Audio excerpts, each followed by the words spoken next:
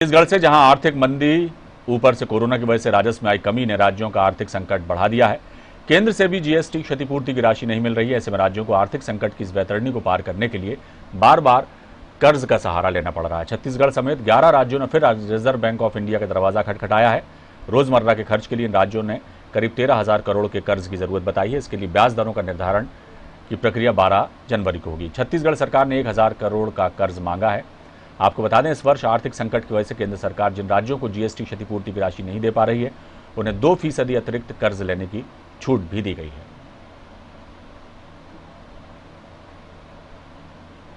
मैंने शुरू से कहा कि इनके प्राथमिकता और हमारी प्राथमिकता में अंतर क्या है। हमारे जो प्राथमिकता है वो व्यक्ति पर आधारित है, चाहे वो आदिवासी हो, चाहे किसान हो, चाहे मजदूर हो, चाहे अनुसूचित जाति के हो, चाहे महिलाएं हो, चाहे नौजवान हो। इसको ध्यान में रखते सारी योजना, चाहे वो ऋण माफी का हो, चाहे 25 रुपये क्विंटल में खरीदने की बात है, चाहे लघु अनुपज तो समर्थन मूल्य में खरीदने की बात हो, चाहे गोधन न्याय योजना की बात हो, ये सारी योजनाएं हैं वो व्यक्ति को किस प्रकार से उसको मजबूती, आर्थिक रूप से मजबूती दिया जा सकता है, इसका एक उदाहरण है। और इनके कार्यकाल में क्या है, sky walk, express way, highway और नए राजधानी, जीता जागता उदाहरण, हजारों करोड़ का ये लोग कर्ज लिए नए राजधानी बनाने के लिए। क्या उपयोग आ रहा था? खुद भी कभी है नहीं, अपने लिए एक मकान बनाया नहीं, तो क्यों बनाए थे? मुख्यमंत्री ने वहां तो पहले बना लेना था, उसको हमको बनाना पड़ रहा है। हमने भूमि पूजन के, हमने स्वीकृति प्रदान की, अब बन जाएगा, हम ही जाएंगे, मतलब शहर बसाने की जिम्मेदारी हमारी। तो कर्ज किसके अधीन है? छत्तीसगढ़ के लोगों को नया राजधानी क्या फायदा? और आइए इस खबर पर सीधे चलते हैं। हमारी संवाददाता निधि प्रसाद हमारे साथ जुड़ी हुई हैं। निधि, एक बार फिर सरकार को कर्ज की दरकार है, और ऐसा नहीं है कि सिर्फ छत्तीसगढ़, बाकी भी कई राज्य ऐसे हैं जिन्होंने आरबीआई से कर्ज मांगा है, और लगातार जो है कर्ज मांग कर ही जो सरकारें हैं वो इन दिनों अपना खर्चा चला रही हैं।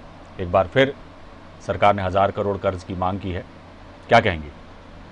जी बिल्कुल, अगर बात करें तो निश्चित तौर पर कर्ज को लेकर लगातार भाजपा आरोप लगाती नजर आ रही है, लेकिन एक जो बात है वो क्लियर सबसे पहले कर दें कि जिस तरह से लगातार कोरोना काल जो है चल रहा था, उसकी वजह से राज्य सरकार को कई दफा कर्ज लेने की जरूरत पड़ी, और एक बार फिर सिर्फ राज्य सरकार ही नहीं बल्कि पूरे देश से कई राज्यों ने आरबीआई का दरवाजा कर्ज लेने के लिए फिर से खटखटाया है।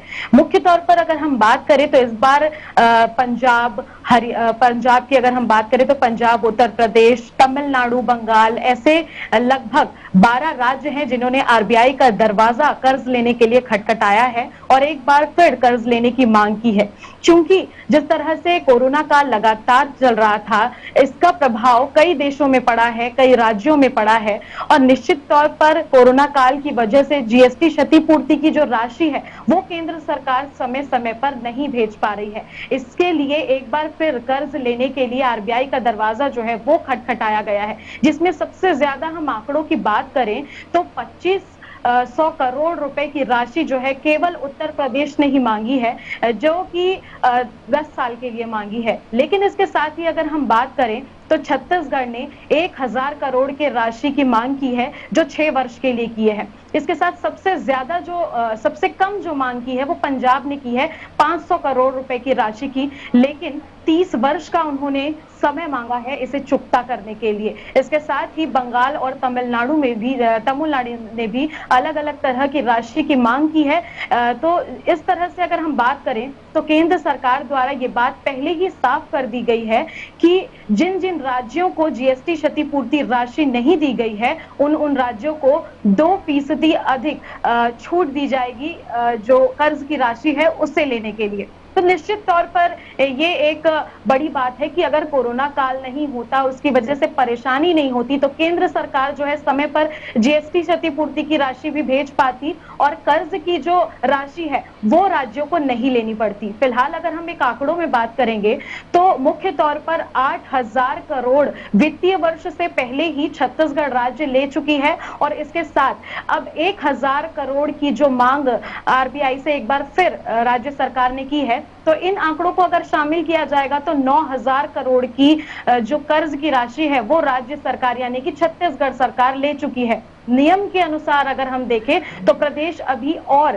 3000 करोड़ की राशि ले सकती है। इसके अलावा अगर हम बात करेंगे तो जिस तरह से मुख्यमंत्री भूपेश बघेल ने जानकारी दी है कि भाजपा की तरह उन्होंने स्काई वॉक और इस तरह के अन्य अधूरे निर्माणों के लिए कर्ज की राशि नहीं ली है। उन्होंने किसानों के लिए उनकी लगातार धान जो राजीव गांधी किसान न्याय योजना है उसके तहत उन्हें जो अतिरिक्त राशि दी जा रही है उसके लिए ही लगातार ये कर्ज की राशि ले रहे हैं ताकि किसानों को किसी तरह से कोरोना काल की वजह से नुकसान ना होना पड़े। और एक बार फिर केवल छत्तीसगढ़ ही नहीं कई राज्यों ने आरबीआई का दरवाजा कर्ज की राशि के लिए खटखटाया है। जी चलिए, और ये तो प्रक्रिया है एक तरह की, और सिर्फ छत्तीसगढ़ ही नहीं, बाकी राज्य सरकारें भी जब वक्त ज़रूरत पड़ती है तो आरबीआई से कर्ज लेती हैं।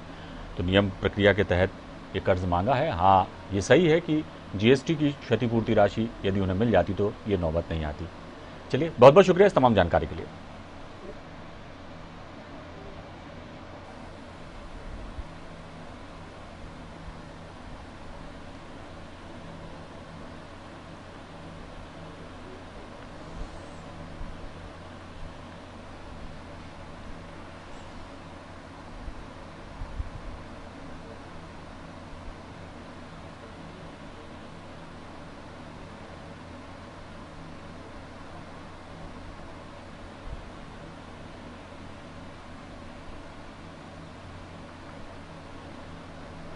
छत्तीसगढ़ सरकार ने एक बार फिर आरबीआई से 1000 करोड़ रुपए के कर्ज की मांग की है। खास खबर में फिलहाल इतना ही। दीजिए इजाजत, बने रहिए आप हमारे साथ। न्यूज़ वर्ल्ड पर खबरों का सिलसिला लगातार जारी।